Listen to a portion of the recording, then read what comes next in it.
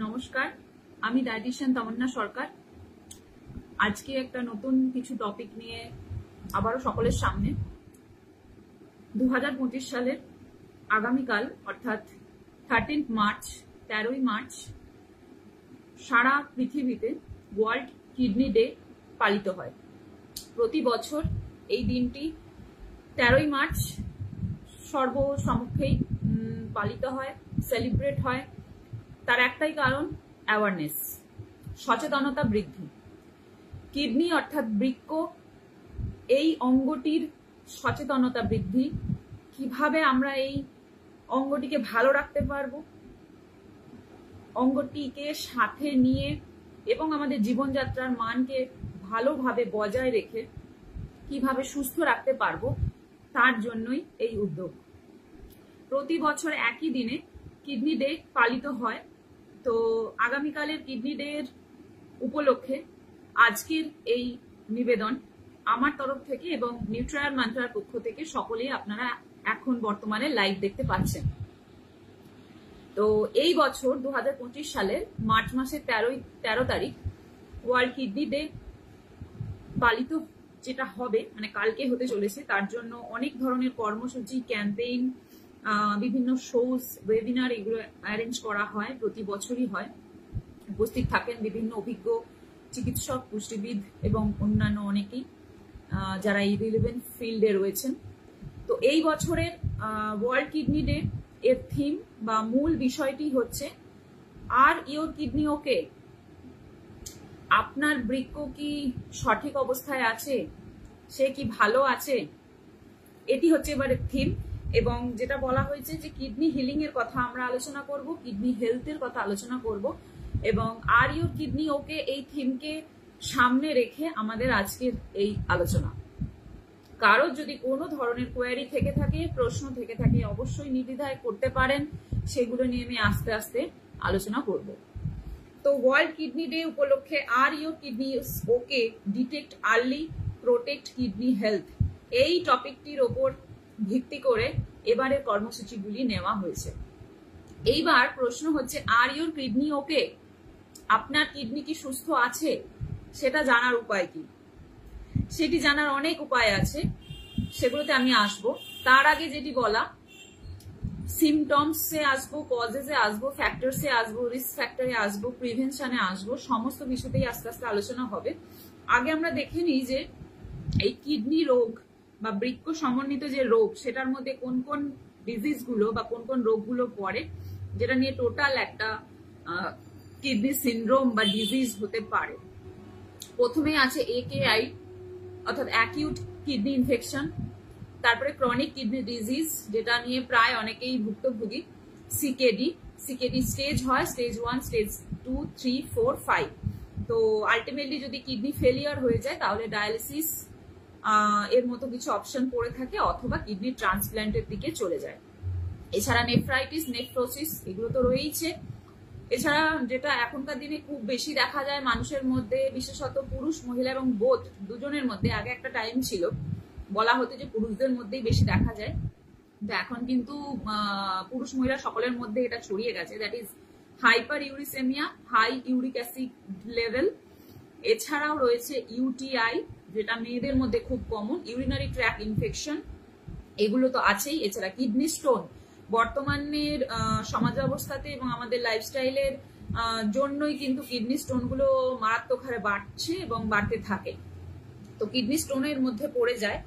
এছাড়া আরো কিছু রোগ আছে, যেমন কিটোনিউরিয়া আছে, অ্যালবুমিনিউরিয়া আছে, কিটোনেমিয়া আছে, গ্লুকোসুরিয়া, গ্লাইকোসুরিয়া, এগুলোও রয়েই যায়। কারণ টাইপ 2 DM এর মধ্যে দিয়েই আবার কোথাও না গিয়ে কিডনি রোগে আক্রান্ত হয়েই যায় মানুষ। কারণ হচ্ছে টাইপ 2 ডায়াবেটিস, যাদের মধুমেহ রোগ রয়েছে এবং যারা এটাকে ঠিকঠাক ভাবে অর্থাৎ নিয়ন্ত্রিত মাত্রায় রাখতে পারেননি, তাদের ক্ষেত্রে কিন্তু ইন ফিউচার দেখা যায় 3টে লক্ষণ।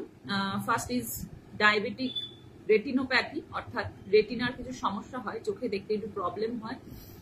ডায়াবেটিক নিউরোপ্যাথি, স্নায়ু সম্পর্কিত কিছু রোগ হয়। এবং লাস্টলি ডায়াবেটিক নেফ্রোপ্যাথি।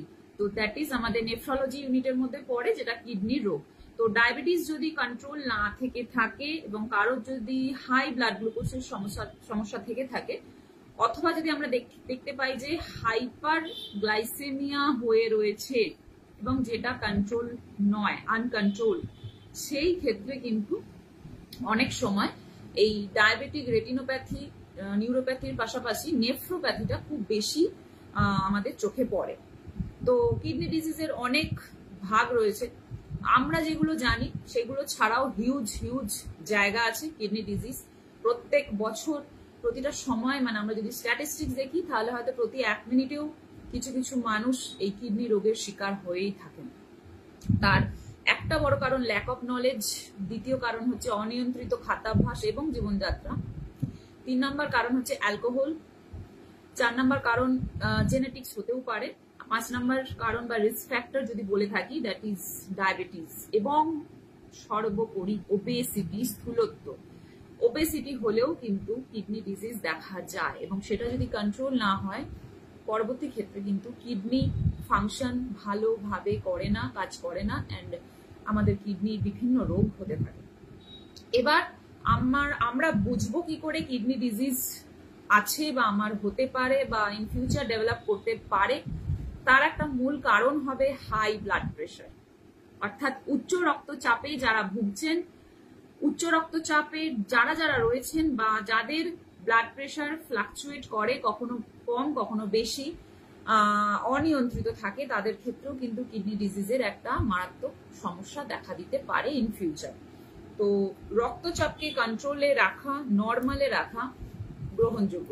আগে আমাদের রক্তচাপকে ঠিকঠাক রাখতে হবে। অনেকেই দেখছেন, যাদের কোনো কোয়ারিজ বা কোশ্চেন থাকবে কাইন্ডলি প্লিজ কমেন্ট, কারণ এগুলো আলোচনা সাপেক্ষ বিষয়। যাদেরই কিডনি রোগ আছে বা কিডনি নিয়ে কারো কোনো যদি কোনো সমস্যা বা কোয়েরি, প্রশ্ন থেকে থাকে অবশ্যই করবেন, আমি আস্তে আস্তে সব কথাই শেয়ার করব।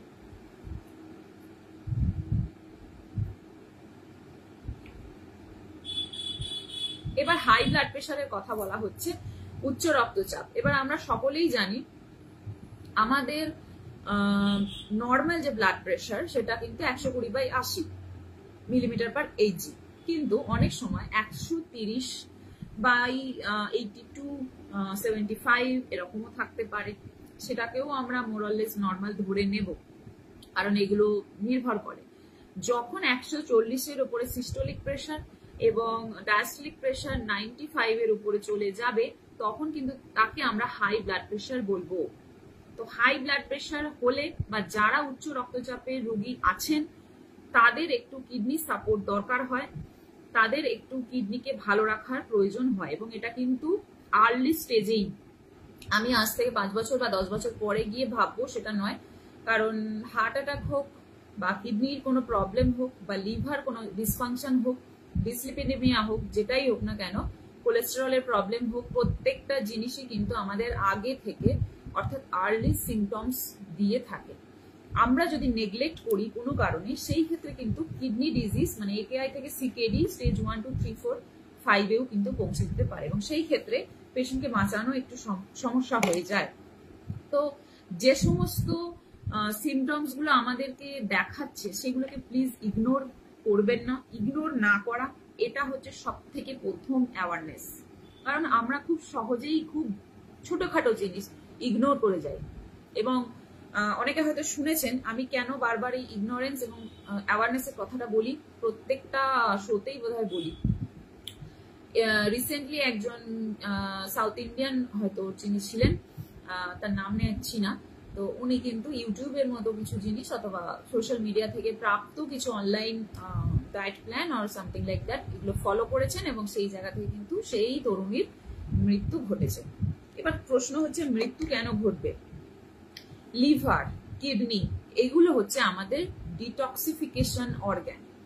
আমরা এই গরমকাল এসে গেছে, প্রচন্ড পরিমাণে গরম পড়তে চলেছে, এবং তার কারণে ভীষণভাবে মানুষ বিভিন্ন রকমের ড্রিঙ্কস, বিভিন্ন ধরনের সফট ড্রিঙ্কস, ঠান্ডা জল আমি বলছি না, সফট ড্রিঙ্কস, অনেকে অ্যালকোহলও নেন, প্লাস পাশাপাশি যেটা থাকে সেটা হচ্ছে ডিটক্স ওয়াটার, মানে দেদারে চলবে, ঠিক আছে। আবার সেটা বন্ধ হয়ে যাবে। কিন্তু অ্যাকচুয়ালি ডিটক্স ওয়াটার বা এগুলো কোনো রকমের সত্যতা নেই। এবার ব্যাপার হচ্ছে তাহলে মানুষ কেন খায়? ব্যাপার হচ্ছে আমরা যেভাবে হোক বডিকে বা আমাদের মাইন্ডকে একটু বোঝাই যে চলো আমি তো ওয়াটার খাচ্ছি, অর্থাৎ ডিটক্স ওয়াটার খাচ্ছি, তো আমার ডিটক্সিফিকেশন হয়ে যাচ্ছে। ডিটক্স ওয়াটার হোক বা যে কোনো জিনিস, তার মূল উপাদানটা কিন্তু পানীয় জল থাকে। তো ডিটক্স ওয়াটারের কিছু হেলথ হ্যাজার্ডও আছে, সেগুলো নিয়ে আমার একটা শো আছে, ডিটক্স আইটেম এলিমেন্টস এর মধ্যে দেখতেই পাবেন, টক শো, সেই জায়গাটা পেয়ে যাবেন। কিন্তু বেসিক্যালি ডিটক্স ওয়াটার লাগে না, কারণ আমরা যদি পরিমিত জল খাই তাহলে কিন্তু কোনো ধরনের সমস্যা আমাদের আসেই না, এবং কিডনি ডিজিজের তো কোনো সমস্যাই আসে না। তো এই জায়গাগুলো একটু বলার।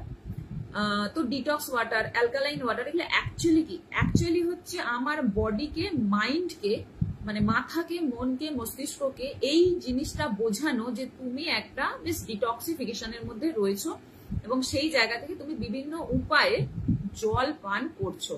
অর্থাৎ আমরা যে কোনো না যে কোনো উপায়ে জল পান করছি। তো এই জল পান করানোটাই কিডনির জন্য ভালো। এবার মুশকিলটা হয়ে যায় যদি এই জলের পরিবর্তে হার্ড ড্রিঙ্কস, সফট ড্রিঙ্কস, বিভিন্ন কাঁটা ফল ওর মধ্যে ফেলে খেতে থাকেন, তাহলে কিন্তু টক্সিন বেড়ে যাবে। ডিটক্সিফিকেশন সেই জায়গায় হয় না। কারণ খুব সাধারণ ব্যাপার, আমরা রাস্তার কাঁটা ফল, অনেকক্ষণ আঢাকা খাবার যদি না খাই, তাহলে ওই কাঁচা ফল সবজিগুলোকে জলের মধ্যে ফেলে কেন খেতে যাব? ঠিক আছে, তো এটা একটা খুব প্লেন অ্যান্ড সিম্পল কথা। যারা সায়েন্স বুঝবেনও না তাদের ক্ষেত্রেও এটা বোঝা খুব ইজি যে কাঁটা ফল যদি আমি না খাই, অনেকক্ষণ কাঁটা ফল বা আঢাকা খাবার, তাহলে আমি কেন কাঁটা ফল সবজিগুলোকে জলের মধ্যে ফেলে খাবো? এবার ডিটক্স যে যেরকম ভাবে পারে সেটাকে ব্যাখ্যা করার চেষ্টা করে। আলটিমেটলি বডিকে হাইড্রেশন দেওয়া জলের মাধ্যমে। এবার যদি কোনো কারণে বডি হাইড্রেশন না পায়, অর্থাৎ জল না পায়, সেই ক্ষেত্রে কিন্তু বাউন্স ব্যাক করবে কিছু সমস্যা। তার মধ্যে টক্সিসিটি বেড়ে যেতে পারে, কিডনি স্টোন হতে পারে, ইউটিআই এর মতো সমস্যা হতে পারে, অ্যাসিডিটি ইনডাইজেশন হতে পারে, কনস্টিপেশন হতে পারে, এগুলো আসতেই পারে। এবার যেহেতু মারাত্মক পরিমাণে গরম পড়তে চলেছে এবং এখন কিন্তু ওয়েদার ভীষণভাবে ড্রাইনেস বেড়ে গেছে, ময়েশ্চারের ব্যাপারটা নেই, তো এখন কটা দিন, আগামী দিনগুলো যা গরম পড়ছে এরকমই থাকবে। তো আমাদের স্কিনের জন্য, ভিতরের প্রত্যেকটা অর্গানের জন্য, not only kidney and liver, প্রত্যেকটা অর্গানের জন্য কিন্তু ওয়াটার বা ময়েশ্চার জিনিসটা দরকার। তো সামার ডায়েট নিয়ে আমি পরে আরো আলোচনা করব। আজকে যেহেতু শুধু কিডনি ডিজিজ নিয়ে কথা হচ্ছে, শুধুমাত্র কিডনির কথাই হবে। তো কিডনি হোক বা লিভার, দুটো অর্গানই কিন্তু আমাদের ডিটক্সিফিকেশন করে দেয়। তো আমাদের বাইরে থেকে কোনো ধরনের ডিটক্স ওয়াটার বা এই ধরনের জিনিসগুলো লাগে না। কারণ যারা বায়োকেমিস্ট্রি পড়েছে, যারা কেমিস্ট্রি পড়েছে, যারা ফিজিওলজি পড়েছে, যারা ক্রেবস সাইকেল, গ্লাইকোলাইসিসের মতো জায়গাগুলো পড়েছেন, তারা খুব ভালো করে বুঝতেই পারবেন যে এটিপি তৈরি হওয়ার যে প্রসেস এবং আমাদের লিভারের কাজ, ফিজিওলজি পড়লেও যারা 11-12 পড়ে, যদি তোমরা কেউ দেখে থাকো তোমরাও ভালোভাবে বুঝতে পারবে। দ্যাট ইজ ওখানে পরিষ্কার ভাবেই লিভারের কাজে লেখা আছে যে লিভার কত বড় কাজ করে, তার সাথে সাথে কিন্তু কিডনি করে। এইবার দেখা যায় আমাদের যদি কোনো রোগ হয় এবং রোগটা যদি না সারে, কোথাও না কোথাও কিন্তু কিডনিকে এফেক্ট করে। কারণ কি? কারণ অনেক কিছু। প্রথমত এডিএইচ হরমোন, যেটা আমাদের থ্রাস্ট বাড়ায়, অর্থাৎ আমরা কখন জল খাবো, পিপাসা কেন্দ্র, এই জায়গাগুলোতে একটা স্টেশন বা একটা পিনের মতো কাজ করে, যে এবার একটা বেল, রিঙ্গিং বেল এরকমের কাজ করে। তো তখন আমাদের জল তৃষ্ণা পাওয়ার যে একটা অনুভূতি বা ইচ্ছা, সেটা কিন্তু আমাদের এডিএইচ হরমোন করেই দেয়, যেটা কিন্তু কিডনি রিলিজ করে। এছাড়া রেনিন হরমোন আছে, আমাদের হাইপোথ্যালামাস আছে মস্তিষ্কে, এই প্রত্যেকটা জিনিসই কিন্তু কিডনি সব একসাথে কাজ করে। একজন রিল্যাক্সেশন, কনস্ট্রাকশন, এগুলো তো রয়েছে আমাদের নিউরনের কাজের মধ্যেও পেয়ে যাবেন। যারা নিউরনের ট্রান্সমিটার সম্পর্কে তাদের ধারণা আছে তারাও বুঝতে পারবেন যে এই প্রত্যেকটা জিনিস একে অপরের সাথে রিলেটেড। এবং মস্তিষ্ক মেন কথা হচ্ছে উদ্দীপনা দেবে, উদ্দীপনা আমাদের গ্রহণ করব আমরা, এবং তারপর আমাদের কাজ হবে। তো অ্যাজ সিম্পল অ্যাজ দ্যাট, সেইভাবেই কিন্তু কিডনি কাজ করে। এবং কিডনির মেন কাজ যে শুধু মূত্র উৎপাদন করা সেটা নয়, আমাদের দেহের জলের ভারসাম্যকেও কিন্তু বজায় রাখা, সাথে সাথে টক্সিন রিলিজ করা। বিভিন্ন ধরনের খাবার আমরা প্রতিদিন প্রতিনিয়ত শরীরের উপর অত্যাচার করি, তার মধ্যে ক্যালসিয়াম, অক্সালেট, বিভিন্ন ধরনের কেমিক্যালস, এগুলো সব থেকে যায়। এবার এগুলো কিন্তু আমাদের শরীর নিজেরাই অপসারণ করে দেয়। প্রথমত হচ্ছে আমাদের বাক্কাল ক্যাভিটি বা মুখবিভার, সেখানে আমাদের লাইসোজাইম এনজাইম আছে, পুরোপুরি আমাদের কিন্তু ব্যাকটেরিয়া কিল হয়ে যায়। এর জন্য আলাদা করে ওয়াটার বা ডিটক্স ওয়াটার লাগে না। নেক্সট হচ্ছে স্টেপ HCl, যেটা আমাদের পাকস্থলীতে আছে, সেটাও কিন্তু পুরোপুরি ভাবে ব্যাকটেরিয়াকে ধ্বংস করে। বিভিন্ন ধরনের খাবার থেকে যেগুলো যেগুলো খারাপ উপাদান রয়েছে সেগুলো অলরেডি কিন্তু আমাদের পাচন তন্ত্রে নষ্ট হয়ে যায়, আর যেগুলো বাকি থাকে সেগুলো লিভার আর কিডনি মিলে কিন্তু নিজেরাই সাফাই করে দেয়। সো আমাদের বডি বা শরীর এত সুন্দরভাবে সাজানো, আলাদা করে কিন্তু কোনো এক্সট্রা এফার্ট দিতে হয় না। হ্যাঁ, এফার্ট দিতে হয় কখন? যখন আমরা জীবনযাত্রার মান অর্থাৎ লাইফস্টাইলকে মডিফাই না করি তখন। Lifestyle modification is very very much important. এই গরমকালেই দেখা যাবে দেদার হারে কোল্ড ড্রিঙ্কস বিক্রি হয়। যারা অতিরিক্ত পরিমাণে কোল্ড ড্রিঙ্কস খেতে থাকেন তাদের ক্ষেত্রে কিন্তু কিডনি রোগের সম্ভাবনা অনেকটা বেড়ে যায়। যাদের উচ্চ রক্তচাপ রয়েছে এবং অনিয়ন্ত্রিত যেটা, সেই সমস্যাটাও কিন্তু কিডনি ডিজিজ তাদের ক্ষেত্রে বেড়ে যেতে পারে। যারা টাইপ 2 DM অর্থাৎ মধুমেহ রোগী আছেন তাদের ক্ষেত্রেও কিন্তু কিডনি রোগ ইন ফিউচার গ্রো করতে পারে যদি না আপনারা নিয়ন্ত্রণে নিজেদের লাইফস্টাইলকে আনেন। এই জিনিসগুলো তো রয়েছে। এছাড়া কি, যারা জল খায় না, এতক্ষণ ধরে আমি জল খাওয়ার কথা বললাম, অনেক অনেক জল খাওয়ার কথা বললাম, বাট অ্যাকচুয়ালি কি হয়, এমন অনেক মানুষ থাকেন যাদের নাকি পিপাসায় পায় না। তাহলে এখানে দেখা যাচ্ছে যে মস্তিষ্কে রিলেস্টেশন আছে, ADH হরমোন আছে, আমাদের কিডনি রেনিন উৎসেচক তৈরি করছে, ADH হরমোনের প্রভাবে সব কাজ করছে, খুব ভালো। কিন্তু কিছু মানুষ আছে যারা জল খেতেই ভুলে যায় বা জল পিপাসা পায় না। যখন তাদের জিজ্ঞাসা করা হয় জল কতটা খাওয়া হয়েছে বা খায়নি, সারাদিনে কতটা খাচ্ছে, সেই ক্ষেত্রে দেখা যায় জলের পরিমাণ খুব কম, 2 লিটার বা 1.5 লিটার, এরকমও হয় কিন্তু অনেক মানুষ। সেকেন্ড, এই গরমকালে যারা এসিতে বসে কাজ করেন, কর্পোরেট ওয়ার্ল্ডের মানুষ, ওয়ার্ক ফ্রম হোম, বা এখন তো যা গরম পড়েছে প্রত্যেকের বাড়িতে এসি আছে এবং আগামী দিনে যা গরম পড়তে চলেছে এসি ছাড়া চলছে না। তো যারা এসিতে সারাদিন রয়েছেন, এয়ার কন্ডিশনারের মধ্যে কি করে, আমাদের স্কিন থেকে কিন্তু ময়েশ্চারকে কিন্তু অ্যাবজর্ব করে নেয় এবং তার ফলে কিন্তু আমাদের স্কিনের ড্রাইনেস, ইচিং এগুলো বেড়েই যায়। তার মানেটা কি হচ্ছে যে আমাদের বডিরও কিন্তু ওয়াটার কম্পোজিশন কমে যায় যারা এয়ার কন্ডিশনে আছে। এবার যারা এয়ার কন্ডিশনে সারাদিন আছেন তাদের ক্ষেত্রেও কিন্তু জল খাওয়ার প্রবণতা কমে যায়, কারণ ঠান্ডা লাগে, ফলে তৃষ্ণা অনুভূত হওয়ার যে একটা ফিলিং, সেই ফিলিংটা তাদের থাকে না। তো তার কারণে দেখা গেছে তাদের মধ্যে ডিহাইড্রেশনের রেট মারাত্মক। আর এখন কিন্তু গরম যা পড়েছে তাদের দেখা যাচ্ছে কিছু না করেও কিন্তু শরীর খারাপ, পেটের সমস্যা, পেটে ব্যথা, জ্বর পর্যন্ত হচ্ছে। আচ্ছা, কিডনি রোগ যাদের হবে তাদের ক্ষেত্রে কিন্তু ফিভার একটা কমন সিমটম। তো high blood pressure, type 2 DM, uric acid বেড়ে যাওয়া, এই জিনিসগুলোর সাথে সাথেও কিন্তু যাদের ক্ষেত্রে তৃষ্ণা অনুভূত হয় না বা দেখা যায় ক্রনিক মিকচুরেশন, বারে বারে মূত্র ত্যাগ হচ্ছে বা মূত্র আসার যে বেগ সেটা বেশি বৃদ্ধি পাচ্ছে, সেই ক্ষেত্রেও কিন্তু কিডনি ডিজিজ হলেও হতে পারে। এই সমস্যাগুলো কিন্তু দাঁড়িয়েই যায়। তো বি কেয়ারফুল। যারা কম জল পান করছেন তাদের ক্ষেত্রে যে দুটো সমস্যা আসে কিডনি জনিত, সেটা হচ্ছে UTI, urinary track infection, and second হচ্ছে কিডনিতে পাথর অর্থাৎ কিডনি স্টোন। তো রেনাল ক্যালকুলি কিন্তু এখন কমন হয়ে গেছে। এখন বেশিরভাগ প্রচুর মানুষের মধ্যে দেখি যে রেনাল ক্যালকুলি আছে, এবং মানুষের ক্ষেত্রে সবচেয়ে অবাক করা ব্যাপার হচ্ছে মানে আছে তো আছে, কোনো ব্যাপার নেই এরকম টাইপ অফ, কিন্তু আলটিমেটলি দেখা যায় যে কিডনি স্টোনের সমস্যা কিন্তু এখন বেড়ে গেছে। UTI কিন্তু প্রত্যেকটা মেয়েদের মধ্যেও দেখা যাচ্ছে, খুব কম ছেলেদের মধ্যে দেখা যায়, কিন্তু মেয়েদের মধ্যে UTI এর সমস্যাটা অনেক বেশি। এবার অনেকে মনে করবে পাবলিক টয়লেট ইউজ করলেই UTI হয়, যেটা একাংশে ঠিক। পাবলিক টয়লেট ইউজ করলে সত্যি UTI এর সমস্যাটা বেড়ে যায়, কারণ অনেক ব্যাকটেরিয়া থাকে, ঠিকঠাক স্যানিটাইজেশন হয় না, ক্লিন করা হয় না, তো ব্যাকটেরিয়াল ইনফেকশন হয়েই যায়। কিন্তু তার থেকেও বড় কারণ যেটা দাঁড়ায়, দ্যাট ইজ জল কম খাওয়া, আনহাইজেনিক ভাবে থাকা, প্রোবায়োটিক কম থাকা খাবারে, আনহেলদি লাইফস্টাইল, সফট ড্রিঙ্কস এর পরিমাণ বাড়ানো, এসিতে থাকা, অনেক অনেক জিনিস ম্যাটার করে। তো আজকে আমি UTI নিয়ে আলোচনা করছি, কিডনি স্টোন নিয়ে আলোচনা করছি, আরো করব।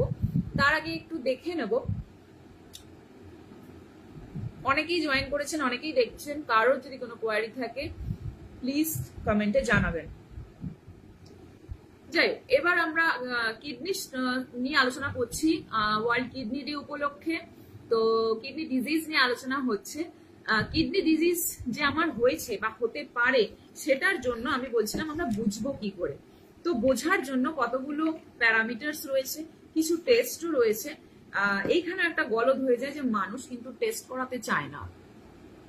এর থেকে বড় কষ্টকর ব্যাপার আর কিছু হতে পারে না। কারণ আমরা অনেক সময় মনে করি আমার পিঠের দিকে ব্যথা হচ্ছে, তাহলে বোধহয় আমার কিডনির কোনো সমস্যা হলো।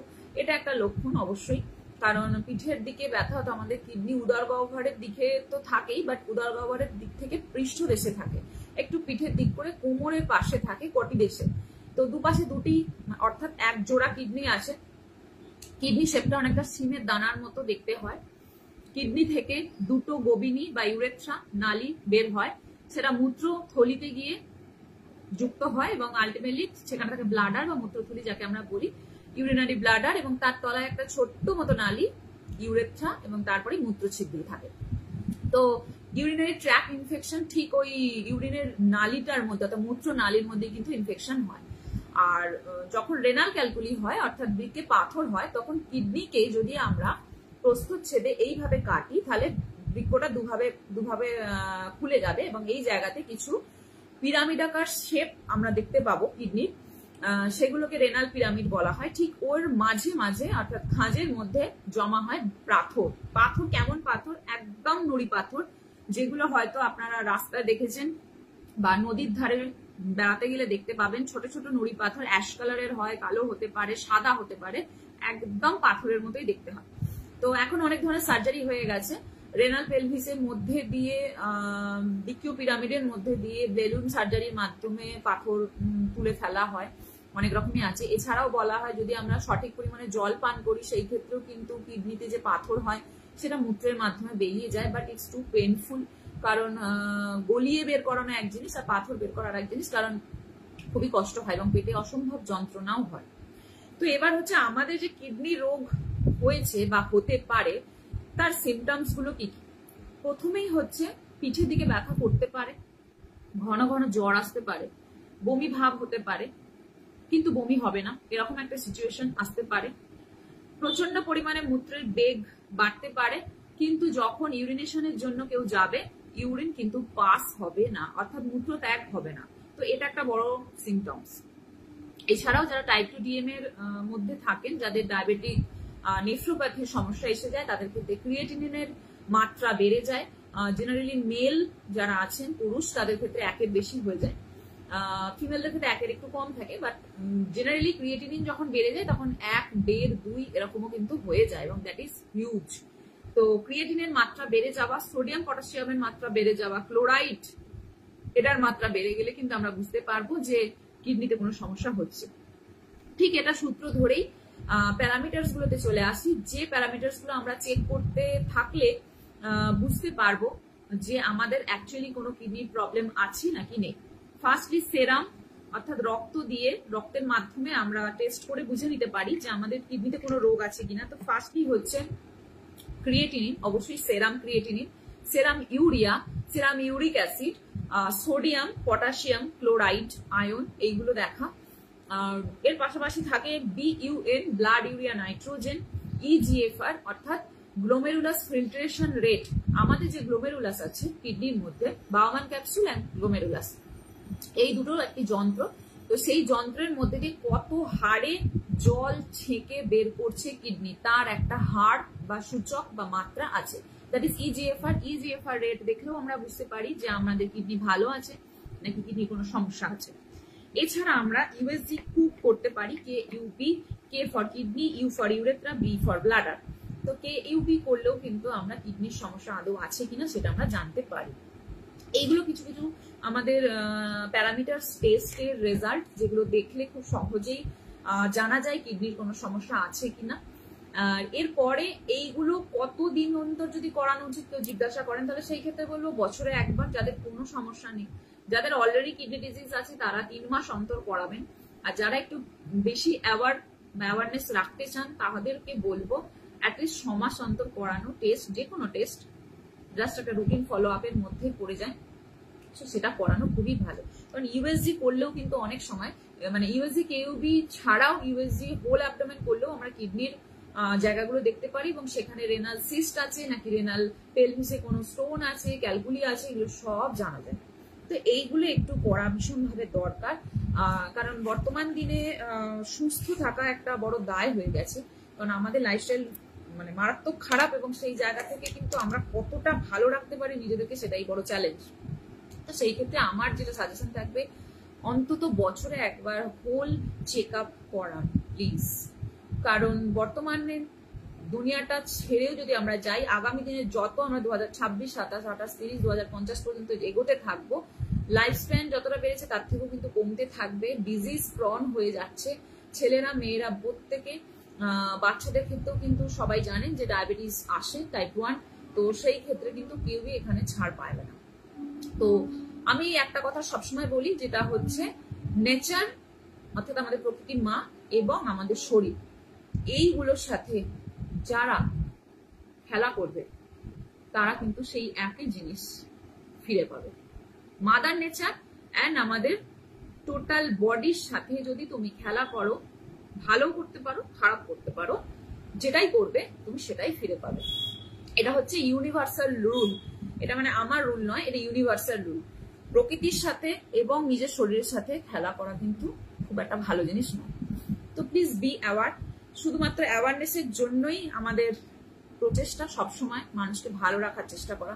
যতটা অ্যাওয়ারনেস আমরা দিতে পারবো, আমি নিউট্রাল মান্ত্রার পক্ষ থেকে যতটা পারবো দেওয়ার চেষ্টা করব।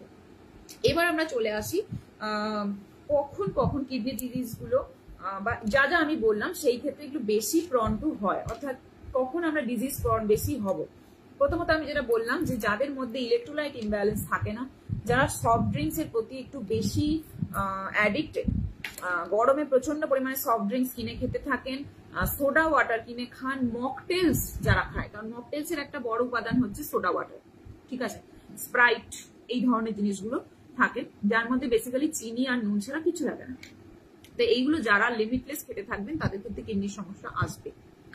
সেকেন্ডলি, যাদের হাই ব্লাড প্রেশার তাদের ক্ষেত্রে একটা সমস্যা এসে যায়, ডায়াবেটিক যারা রয়েছেন তাদের ক্ষেত্রে একটা বড় সমস্যা হয়ে যায়, এবং লাস্টলি যারা ওবিজ, যারা বিন্দু মাত্র ওয়াকিবহল নন, তাদের অতিরিক্ত ওজনটাকে নিয়ে মনে করেন, এখন তো বলাও যায় না কাউকে, কেউ কিছু বললে বিভিন্ন ধরনের ইউটিউবের ছবি, ভিডিও ইত্যাদি ইত্যাদি দিতে থাকে, এবং যেটা বেসলেস। তাই যদি হতো তাহলে এই মেয়েটি মারা যেত না ইউটিউবে ডায়েট ফলো করে। তো যাই হোক, আমাদের কাজ থাকবে শুধুমাত্র অ্যাওয়ারনেস দেওয়া, সেটা আমরা করে যাব। তো obesity is a disease declared by WHO, World Health Organization.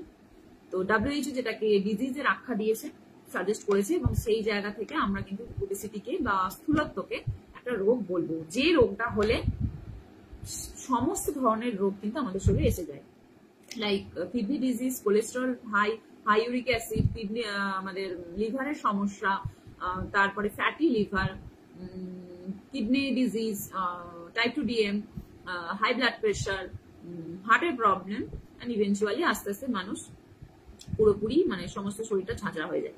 তো এইগুলো অনেক ধরনের সমস্যা হয়, এবং ওবেসিটি নিয়ে আলোচনার অনেক আছে, সেগুলোতে আমি এখন আসছি না। কিডনি ডিজিজ নিয়ে আলোচনাদের মধ্যেই থাকবো। এবার হচ্ছে আমি যেগুলো যেগুলো বললাম, ত্রুটিপূর্ণ খাদ্য গ্রহণ, অতিরিক্ত মাত্রায় সফট ড্রিঙ্কস পান করা, অ্যালকোহল যারা অতিরিক্ত পান করেন তাদের ক্ষেত্রেও কিডনি ডিজিজ হতে পারে। ওবেজ যারা রয়েছেন তাদের ক্ষেত্রেও সমস্যা হয়।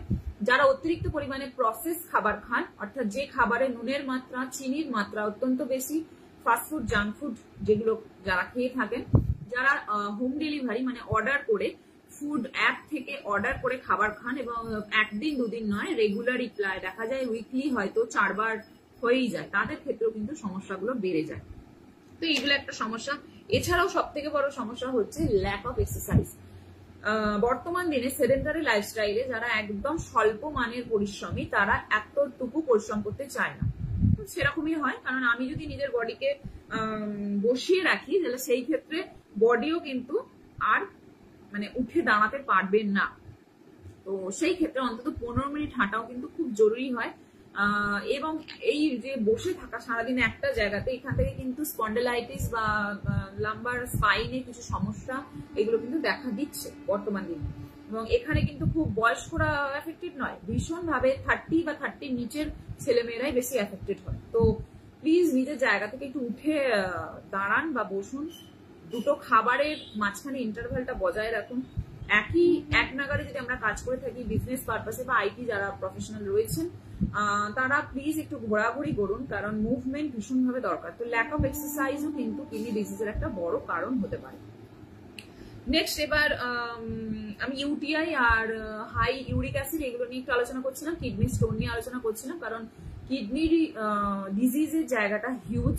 সেটা হয়তো একটা ছোট্ট ভিডিওতে সেটা সম্ভব নয় বলে বোঝানো পসিবল হয় না। স্টিল যেটা বর্তমান সমাজে অনেক বেশি এখন চলছে বা অনেক বেশি মানুষ ভুক্তভোগী, সেই তিনটে জিনিস নিয়ে আজকে আলোচনা করছি। That is hyperuricemia, high uric acid, second is UTI and third is renal calculi বা কিডনিতে পাথর। এবার সেগুলো নিয়েই আলোচনা হচ্ছে। তাহলে ইউটিআই এর ক্ষেত্রে বলি, বা আমরা যারা রেনাল ক্যালকুলির যারা পেশেন্ট রয়েছেন, যাদের কিডনিতে পাথর আছে বা যাদের ইউরিক অ্যাসিডের সমস্যা আছে, এগুলো কিন্তু বেশিরভাগই দেখা যায় অনিয়ন্ত্রিত খাদ্যাভ্যাস, sedentary lifestyle, lack of exercise, process food বেশি করে খাওয়া, যে খাবারে নুন চিনির মাত্রা বেশি, হিডেন পোর্শনে নুন এবং চিনি রয়েছে, লাইক মুড়ি। অনেকে বলবেন মুড়ি তো আমি সারা জীবন খেয়ে গেলাম, কিছুই পেলাম না, কিছুই তো হলো না। সেইখানে দেখা যায় সেই ব্যক্তিটার বয়স কিরকম, সেই ব্যক্তিটির কি কি প্যারামিটার্স রয়েছে, বা আদৌ কি তার কোনো সমস্যা আছে কিনা, তার ওজন কিরকম, সেই উপরে নির্ভর করে। কিন্তু কেউ যদি হরমোনাল ইমব্যালেন্সের পেশেন্ট হন, কারো যদি ফ্যাটি লিভার থেকে থাকে, তাদের কিন্তু এই গ্লুকোজটা বা এই নুনটা বাউন্স ব্যাক করবে, এবং সেই ক্ষেত্রে কিডনির একটা সমস্যা আসতেই পারে ইন ফিউচার বা নিয়ার ফিউচারে। তো সেই ক্ষেত্রে যারা নুনটা খাবার, process food, bakery items, cake, biscuit এরকম ধরনের খাবার খান, অনেকে বলেন কি খাবো, এক প্যাকেট বিস্কিট কিনে খেয়ে নেব, এবং বিস্কিটের মধ্যে আছে রিফাইন সুগার, এছাড়া রয়েছে রিফাইন মানে ফ্লাওয়ার যেটা ময়দা, চিনি তো আছেই, পাম অয়েল আছে, নুনও থাকে, কেকের মধ্যে তো থাকে। তো এই সমস্যাগুলো কিন্তু রয়ে যায়। তো এদের ক্ষেত্রে কিডনি ডিজিজের মানে হাই চান্সেস থেকে যাচ্ছে। এছাড়া যারা হাই ব্লাড প্রেশারের রোগী রয়েছে, তাদের ক্ষেত্রে যদি কোনোভাবে সোডিয়ামের মাত্রা আপনারা কমাতে না পারেন, তাদের ক্ষেত্রে কিন্তু ইন ফিউচার কিডনি ডিজিজ হতে পারে, বা কিডনি ডিজিজের মতো কোনো সমস্যা, সিকেডি না হলেও ইউরিক অ্যাসিডের সমস্যা বা এরকম ধরনের একেআই, এইগুলো আসতে পারে কখনো কখনো। তো অনেক সময় এবার ইউরিক অ্যাসিড নিয়ে অনেকের মতবিরোধ রয়েছে, বিভিন্ন রকম মানুষ বিভিন্ন রকমের ভুলভাল বলে যান এবং প্রচার করে যান, যেটা কিন্তু বেসলেস। যখন আমাদের হাইপার ইউরিসেমিয়া হবে বা আমাদের ইউরিক অ্যাসিডের মাত্রাটা অনেক বেশি, 60-এর উপরে চলে গেছে বা 6.5-এর উপরে চলে গেছে, সেই ক্ষেত্রে কিন্তু আমাদের প্রোটিন, অর্থাৎ প্রোটিনটা ভেঙেই তো ইউরিক অ্যাসিড হচ্ছে, যেটা আলটিমেটলি নাইট্রোজেন ঘটিত রেচন পদার্থ। মানুষ বা আমরা যারা প্রাণীরা, তারা তো নাইট্রোজেন ঘটিত রেচন পদার্থ দেহ থেকে বার করি অ্যাজ আ এক্সক্রিশন প্রসেস। তো সেই নাইট্রোজেনটা কিন্তু মানে আমাদের গোটা সারাদিনের যা যা আমরা খাবার খাই, তার মধ্যে কিন্তু কার্বোহাইড্রেট, প্রোটিন, ফ্যাট অথবা ভিটামিন, মিনারেলস, জল, এই 6টা উপাদানকে যদি ভাগ করি, সেখানে কিন্তু শুধু প্রোটিন থেকে পাই। কার্বোহাইড্রেট আর আমাদের ফ্যাটের মূল যে উপাদান, সেখানে কিন্তু কার্বন, হাইড্রোজেন, অক্সিজেন, একমাত্র প্রোটিনে কিন্তু নাইট্রোজেন থাকে। তো আমরা একটু যদি নাইট্রোজেনটাকে কমাতে পারি, সেখানে কিন্তু ইউরিক অ্যাসিডের মাত্রাটা একটু কমাতে পারবো। অর্থাৎ যদি হাই প্রোটিন ডায়েট না খেয়ে নর্মাল মিনিমাইজ করে প্রোটিন খাই, তাহলে অনেকটা হেল্প হবে। এবং তার মানেই কিন্তু ডাল বাদ দিয়ে দেওয়া নয়, তার মানে কিন্তু মাছ, মাংস, ডিম বাদ দিয়ে দেওয়া নয়, সেটা কিন্তু একেবারেই নয়।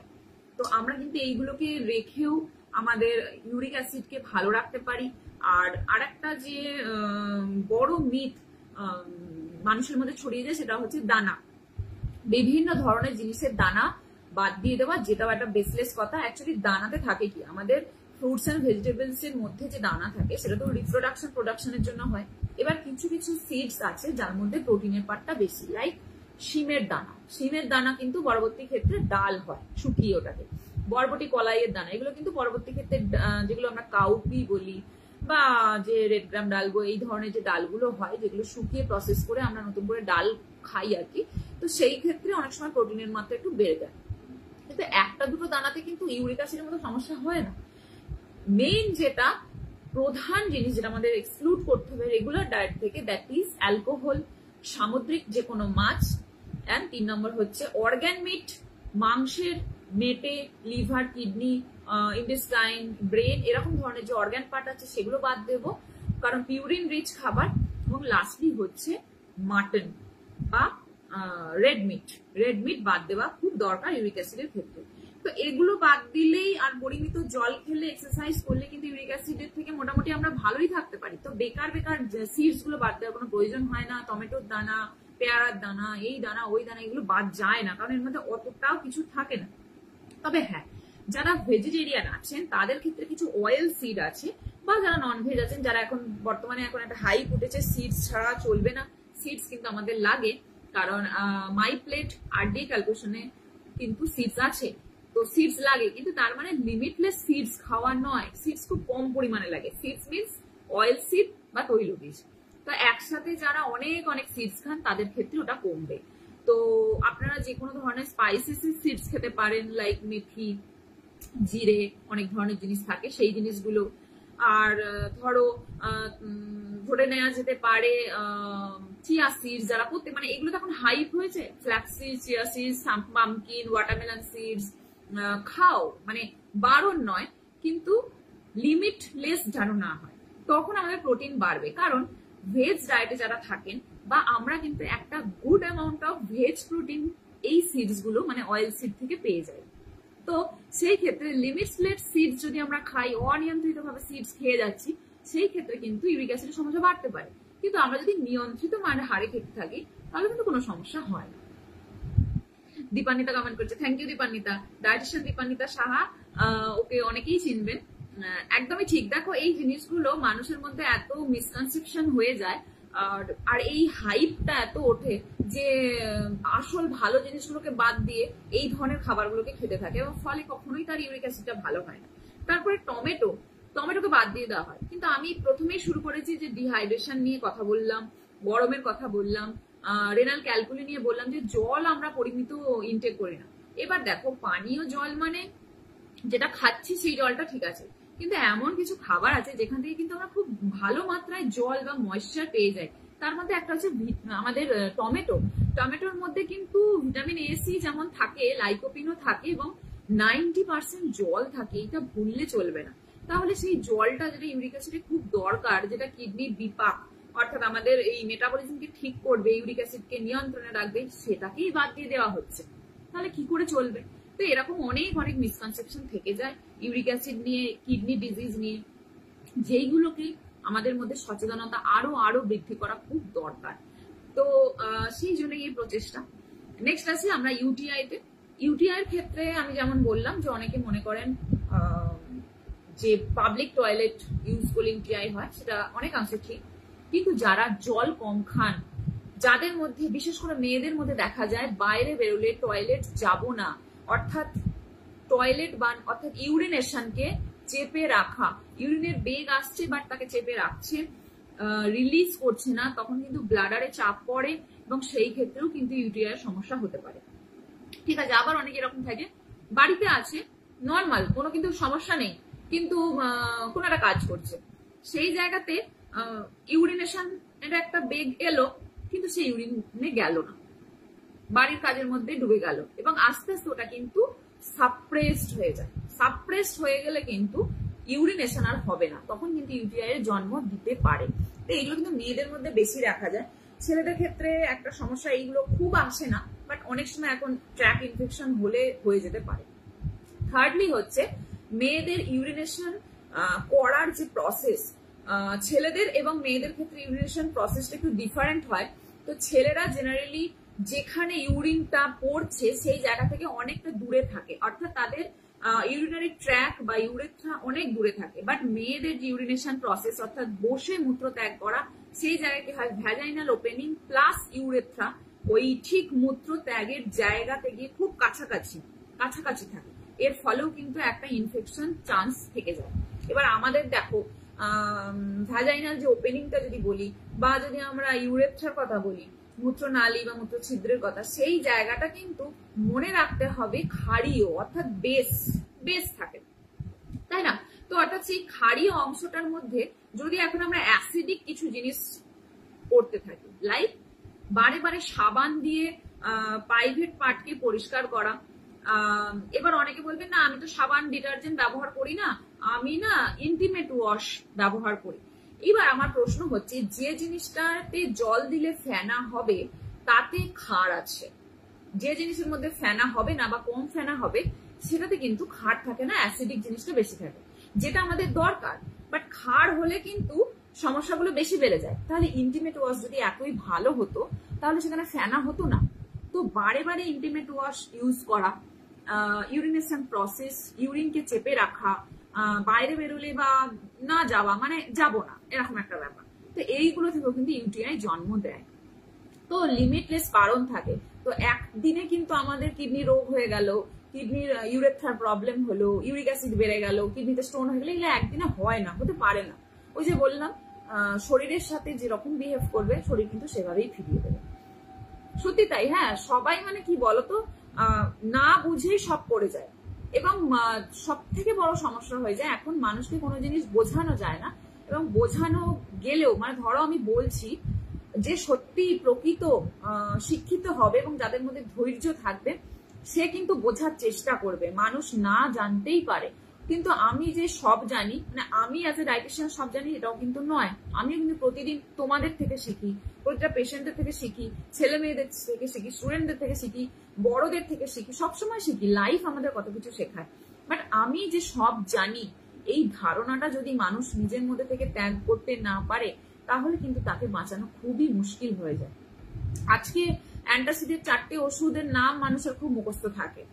বুক জ্বালা হলো কি হলো না, আদৌ সেটা হার্টবার্ন নাকি তার অ্যাসিডিটি নাকি ব্লটিং নাকি সে জানেই না, নাকি কোলেস্ট্রলের কোনো সমস্যা দেখা দিচ্ছে নাকি হার্টের কোনো প্রবলেম হচ্ছে, সে জানলো না, সে কিন্তু অ্যান্টাসিড খেতে থাকলো। রাইট। আবার এই ডিটক্স নিয়েও তো আমি বললাম, মানে যা দেখবে তাই, গরম আসছে আবারও প্রত্যেকটা গ্রুপে প্রত্যেকটা পেজে এই ডিটক্সের জিনিস থাকবে। আমি শুধু একটা কথাই বলি যে এগুলো যারা করেন, যারা আনপ্রফেশনাল বা যারা এক্সপার্ট নন এই বিষয়ে, তারা কিসের জন্য করে? তারা ভিউজের জন্য করে, তারা মনিটাইজেশনের জন্য করে। তো আমি কার থেকে নেব? যে এক্সপার্ট তার থেকে নেব। আমি একজন নিউরোলজিস্টের কাছে যেতে পারি, ঠিক আছে, আমি অনেক সময় একজন ডায়েটিশিয়ানের কাছে যেতে পারি, যারা রেনাল নিউট্রিশনিস্ট তাদের থেকে জানতে পারি। আমি কেন ইউটিউবের একজন ব্লগ দেখবো? সব থেকে বড় সমস্যা হয়ে যায় এটা। এবার মানুষকে বোঝালেও বুঝতে চায় না। এই যে সব জানতা মনোভাব, সেই জায়গাতেই কিন্তু আজকে মানুষ মানে এই অবস্থাতে দাঁড়িয়ে আছে। তো এইগুলো মানে বলার কিছু নেই, এখানে একমাত্র অ্যাওয়ারনেস অ্যাওয়ারনেস অ্যাওয়ারনেস অ্যাওয়ারনেস ছাড়া আর কোনো উপায় নেই। সত্যি এই ধরনের অ্যাওয়ারনেস শোগুলো হওয়া খুব দরকার। থ্যাংক ইউ দীপান্বিতা সাপোর্ট করার জন্য। সকলেই, লাবণী আছে আমি দেখতে পাচ্ছি, লাবণী জয়েন করেছেন, অনেকেই জয়েন করছেন। কারোর যদি খুব কিছু প্রয়োজন হয় অবশ্যই, হ্যাঁ আমি নিশ্চয়ই চেষ্টা করবো আগামী দিনে আরো নতুন নতুন কিছু টপিক যেটা অ্যাওয়ারনেস বাড়াবে সেইগুলো নিয়ে কথা বলতে। আর আগামী দিনে এই যে কোয়াক ডায়েটিশিয়ান রয়েছেন, ফিটনেস ট্রেনার রয়েছে, জিম ট্রেনার রয়েছে, যারা ফেসবুকে অনেক লেখালেখি করেন বা ধরো ইনস্টাগ্রামে বিভিন্ন রিল বানান, ইউটিউব চ্যানেলের জন্য, ব্লগিং এর জন্য বিভিন্ন ধরনের ভিডিও বানান, পোস্ট করেন, এই জায়গাগুলো যে কতটা হার্মফুল মানুষের জন্য সেইগুলো নিয়ে আমার একটা প্যানেল ডিসকাশন আসতে চলেছে। সো স্টে টিউনড, সেটা নিয়ে আগামী দিনে আলোচনা হবে। তো যাই হোক, আমরা ইউটিআই নিয়ে কথা বলছিলাম, এবার আসবো রেনাল ক্যালকুলি, ইউটিআই, এগুলোর সিমটমস গুলো কি কি। আমি কিছু তো বললাম যে পিঠের দিকে ব্যথা হতে পারে, তলপেটে ব্যথা হতে পারে, বমি বমি ভাব হতে পারে, নজিওটিক সিমটমস দেখা যায়, অনেক সময় জ্বালা ভাব, যেটা ইউটিআইতে ভীষণ ভাবে দেখা যায়, সেটা হচ্ছে জ্বালা ভাব, ইউরিনেশনের সমস্যা, মানে ইউরিন আসছে, ইউরিনের বেগ আসছে, বাট প্রচন্ড কম মূত্রত্যাগ হচ্ছে। এটা কিন্তু একটা খুব বড় লক্ষণ both in UTI and renal calculi. তো এই জায়গাগুলো থেকে প্লিজ সচেতন হয়ে যান। প্রাইভেট পার্টে অনেক সময় ব্যথা করতে পারে, বোথ মেল অ্যান্ড ফিমেল। তো এইগুলো নিয়ে ভাবার সময় বোধহয় এসেছে। সবকিছু নেগলিজেন্সির মধ্যে ফেলবেন না, কিছু জিনিসকে অন্তত এক্সপার্টের হাতে ছেড়ে দিন। সবকিছু যে আমরা জানবো এমন কোনো কথা নেই, আমরাও কিন্তু শিখি। আজকে আমি যে এত কথা বলছি, আমি আজকে হঠাৎ করে বলছি না, এর পিছনে 6টা বছর আছে, শুধু প্র্যাকটিসের 6টা বছর, তার আগেও কিন্তু 6টা বছর শুধু পড়াশোনার আছে। তাহলে 12টা বছর পর গিয়ে আমি আজকে এই লাইভটা করছি এবং বলতে পারছি। তো এটা একটা সময় সাপেক্ষ ব্যাপার। তো আমি আজকে একদিনে ভিডিও দেখলাম বা এক মাস ধরে একজনের চ্যানেল ফলো করছি, আমি জেনে গেলাম এটা হতে পারে না। প্লিজ মানে বিশ্বাস করুন, এটা সম্ভব না। আজকে 12 বছর পর গিয়ে আমি এই ভিডিওটা করছি, যেখানে 6 বছর পড়াশোনা, 6 বছরের প্র্যাকটিস আছে। আমি কিন্তু 6 বছরের পড়াশোনার মাঝে আমি ভিডিওটা করে ফেলিনি, বা 6 বছরের আগে প্র্যাকটিসিং ওয়ার্ল্ডে গিয়ে আমি করে ফেলিনি। আজকে 12টা বছর পর গিয়ে আমি এই অ্যাওয়ারনেসটা দিতে পারছি। তো এতটাই আমাদের নলেজ গেইন করতে হয় কোনো কিছু জিনিস নিয়ে বোঝানোর আগে। আর তার থেকেও বড় ব্যাপার হচ্ছে প্রত্যেকটা মানুষের বডি টাইপ আলাদা, প্রত্যেকটা মানুষের সিমটমস আলাদা। সিমটমস এক হলেও প্লিজ এক একজনের লাইফস্টাইল আলাদা হয়, ডায়েট চার্ট আলাদা হয়, তাদের প্যারামিটার্স গুলো আলাদা হয়। তাই আমি যা ফলো করেছি প্লিজ অন্য কাউকে আপনি বলবেন না যে ফলো করুন, বা যারা শুনছেন কারোর থেকে যে ও এই জিনিসটা ফলো করে ভালো ফল পেয়েছে তো আমিও সেটা ফলো করবো, প্লিজ সেটা করবেন না। তো সেই জায়গা থেকে কিন্তু অনেক ধরনের মিসকনসেপশন, মিসগাইডেন্স হয়ে যায় মানুষ, এবং সেটা খুব প্যাথেটিক। কারণ একটা টাইমে যখন কিডনি ফেলিয়ার নিয়ে মানুষগুলো দাঁড়িয়ে থাকে, বিশ্বাস করুন কিছু করার থাকে না। প্রচন্ড পরিমাণে হাইলি অ্যানিমিক একটা পেশেন্ট, কারণ যাদের সিকেডি হবে তাদের কিন্তু রক্তে হিমোগ্লোবিন তৈরি হয় না। কতটা কষ্টকর ব্যাপার একটু ভাবুন, যে মানুষটা উইক হয়ে পড়ছে, ওজন কমে যাচ্ছে, বমি ভাব হচ্ছে, ব্যথা করছে, শুকিয়ে যাচ্ছে, চামড়া শ্রিঙ্ক করছে, হ্যাঁ, রক্ত নেই শরীরে, রক্তাল্পতার মতো সমস্যায় ভুগছে, এবং আলটিমেটলি কিডনি ডিজিজ মানে কিডনিতে একটা ইনফেকশন হয়ে আলটিমেটলি কিডনি ফেলিয়ার দিকে চলে যাচ্ছে। তো এই জিনিসগুলো ভীষণভাবে প্যাথেটিক। ভাববেন একবার, অন্তত ভাবার বোধহয় সময় এসেছে, কারণ মানুষ মারা যাচ্ছে এইভাবে ভুল ভাল জিনিস ফলো করে, অজানা জিনিস যেগুলো আমি জানি না, যে যা পারছে বলছে সেগুলো ফলো করে মারাত্মক ভাবে মানুষ কিন্তু ভুগছে। তো এই জায়গাগুলোতে কিন্তু এবার অন্তত নিজের জন্য স্ট্যান্ড বাই হন, নিজের জন্য কিছু করুন, আর প্লিজ প্লিজ প্লিজ এক্সপার্টের সাজেশন নিন। কারণ কিডনি ডিজিজ একটা মারাত্মক ডিজিজ, ডায়াবেটিস থেকেও কিন্তু কিডনি রোগ হতে পারে, এবং তখন কিডনি এবং লিভার আমাদের ডিটক্সিফিকেশন অর্গান, এবং গোটা শরীরকে দাঁড় করিয়ে রেখেছে শুধু কিডনি আর লিভার। তো এই জায়গাগুলো ভীষণ ডেলিকেট এবং আলটিমেটলি প্যাথেটিক হয়ে যায় যদি না আমরা কিছু করতে পারি। তো প্লিজ বি অ্যাওয়ার, নিজের জন্য ভাবুন, সব থেকে বড় ব্যাপার নিজের পরিবারের জন্য ভাবুন। আপনি যখন হসপিটালে থাকবেন, বা আপনার কোনো খুব কাছের একজন মানুষ হসপিটালে থাকবেন, একটু ভেবে দেখুন কত কষ্টর জায়গা। কষ্টের থেকে বড় কথা, যে জিনিসগুলো আপনাদের ওপর দিয়ে যাবে সেইগুলো বড্ড বেশি প্যাথেটিক। তো সেই কারণেই অ্যাওয়ারনেস ভীষণ ভীষণ ভাবে জরুরি। যাই হোক, তো যদি কিডনির কোনো সমস্যা হয়, জেনারেলি ফিজিশিয়ানরা বা ডায়েটিশিয়ানরাও কিন্তু কিছু টেস্ট অ্যান্ড প্যারামিটার্স দিয়ে থাকেন। তাদের মধ্যে ইউএসজি কুব, এক্সরে, সিটি স্ক্যান অর্থাৎ অ্যাবডোমিনাল এক্সরে, এগুলো, এছাড়া কিছু সেরাম টেস্ট, যেগুলো আমি রক্তের টেস্টের কথা আগেই বলেছি, সেই টেস্টগুলো করলে আমরা কিডনির সম্পর্কে সমস্ত তথ্য জানতে পারি। আমাদের কিডনি কি স্টেজে আছে, কতটা ভালো, কতটা মন্দ, নাকি সুন্দর আছে, নর্মাল আছে, সেটাও আমরা জানতে পারি। তো এটাই আমার কথা। তাহলে এবার লাস্টলি একদম আমি সাম আপ করবো, সেটা হচ্ছে প্রিকশন দিয়ে। কারণ কি হয়, আমরা খারাপ যখন থাকি তখন আমরা ভাবি যে কিভাবে আমরা প্রিকশন নেবো, বাট ওই যে বলে না, প্রিকশনের থেকেও সব থেকে বেশি যেটা কাজ করে সেটা হচ্ছে কিওর করা, মানে প্রিভেনশন করা। অর্থাৎ কোনো জিনিসটা যখন হয়ে গেছে সেটাকে আমরা কিওর করার জন্য প্রিকশন নিচ্ছি, বিভিন্ন কাজ করছি, ওষুধ খাচ্ছি, ডাক্তার দেখাচ্ছি, অনেক অনেক জিনিস করছি, হসপিটালে ছোটাছুটি করছি, বাট আমরা কোনো জিনিসকে প্রিভেন্ট করার চেষ্টা করি না।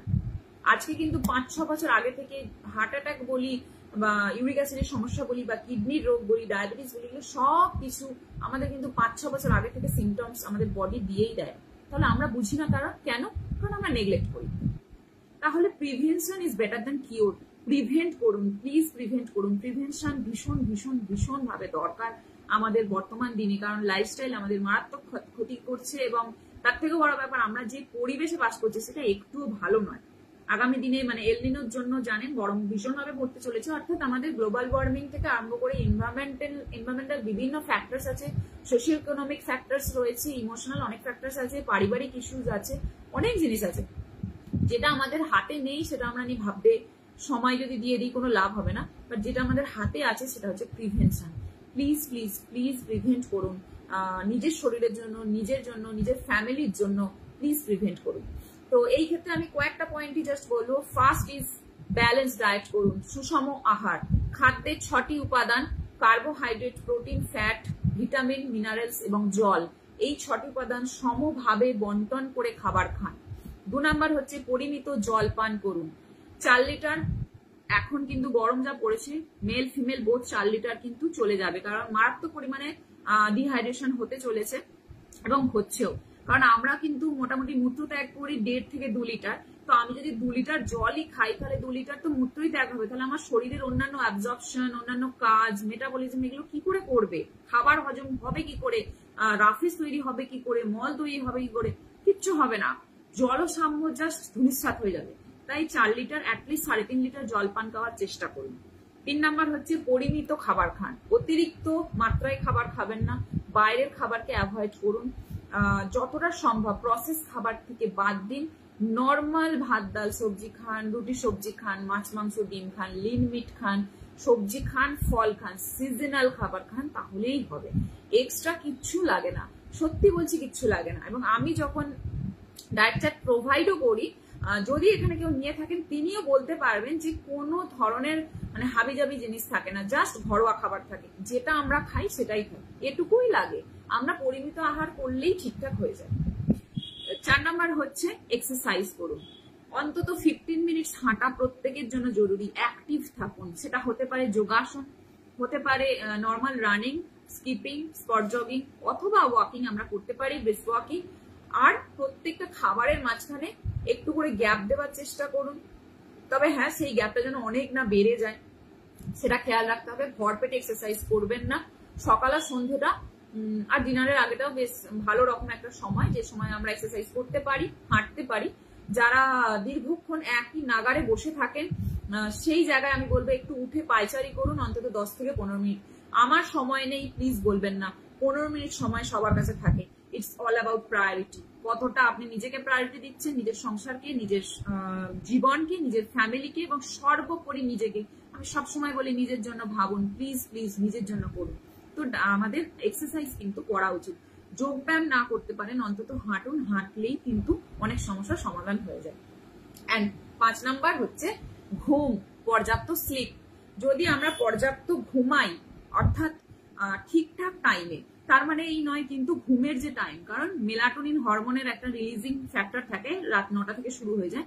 সেই সময় অর্থাৎ খাওয়া দাওয়া যদি 9:30টার মধ্যে কমপ্লিট করে ফেলি, তারপরে একটু রেস্ট নিয়ে, কারণ খাবার পরেই ঘুমাতে যাব না, কারণ স্টমাকের মধ্যে কিন্তু খাবার অনেকক্ষণ ধরে থাকে, অ্যাটলিস্ট 2 ঘন্টা থেকে যায়। তো 2 ঘন্টা ঘুমানোর আগে আমরা যদি খাবার খাই, তারপরে একটু রেস্ট করি, নিজের কাজ করি, পার্সোনাল টাইম স্পেন্ড করতে পারি, যে কোনো কিছু করতে পারি, সেই জায়গাগুলো করি, তাহলে কিন্তু আমরা অনেকটা ভালো থাকতে পারি। আর একটা কথা যেটা হচ্ছে 6 নাম্বার বলবো না, বাট এটা সবার জন্য, সেটা হচ্ছে lack of social media usages, lack of mobile phone usages. কারণ মোবাইল ফোনস, সেল ফোনস, বিভিন্ন ধরনের gadgets and social media influence আমাদেরকে বড্ড বেশি প্রভাবিত করে। তাই যতটা পারবেন এই ধরনের জিনিসগুলোকে এড়িয়ে চলবেন, আর তাহলেই কিন্তু আমরা ভালো থাকতে পারবো এবং সুস্থ থাকতে পারবো বলে আমি মনে করি। হ্যাঁ, লাবণী বলছে খুব ভালো লাগছে দিদি। হ্যাঁ হ্যাঁ, একদম। আমরা প্রতিদিন কি বলতো সকলের কাছে শিখি, সকলের কাছে। আমি একজন পেশেন্টের থেকেও শিখি, আমি একটা রাস্তায় যারা থাকেন তাদের থেকেও শিখি, আমরা সার্ভাইভাল শিখি তাদের থেকে। তো তোমাদের থেকেও আমি শিখি, আমি স্টুডেন্টদের থেকেও শিখি। তো সবসময় আমরা শিখি, লাইফ আমাদের অনেক কিছু শেখায়, তো শেখার কোনো শেষ হয় না। প্রতিদিন যদি আমরা নতুন নতুন জিনিস একটু নিজের মধ্যে আয়ত্ত করতে পারি, মিনিট 5-10 যদি নিজেকে দিই, সেলফ কেয়ার করি, টাইম দিই, তাহলে কিন্তু আমরা দিন শেষে অনেক ভালো থাকতে পারি। তো থ্যাংক ইউ সো মাচ। আগামী দিনে নিশ্চয়ই কোনো টপিক আসবে, আরো নতুন নতুন কিছু নিয়ে আমরা আলোচনা করব। আর আমার প্যানেল ডিসকাশনটা আসতে চলেছে, সেটা to beware of quack and beware of social media influence, এটা নিয়ে থাকবে। আশা করি সকলে থাকবেন, জয়েন করবেন। নিউট্রাল মান্ত্রার পক্ষ থেকে সকলকে কিডনি ডের অনেক শুভেচ্ছা। সকলে ভালো থাকুন, নিজের কিডনিকে সুস্থ রাখুন, ব্যালেন্স ডায়েট করুন, অনেক অনেক অনেক ভালো থাকুন, নিজের জন্য ভাবুন, সেলফ কেয়ার করুন, ফ্যামিলির জন্য হলেও নিজের কথা ভাবুন। তো thank you so much for joining. নমস্কার, সকলে ভালো থাকবেন।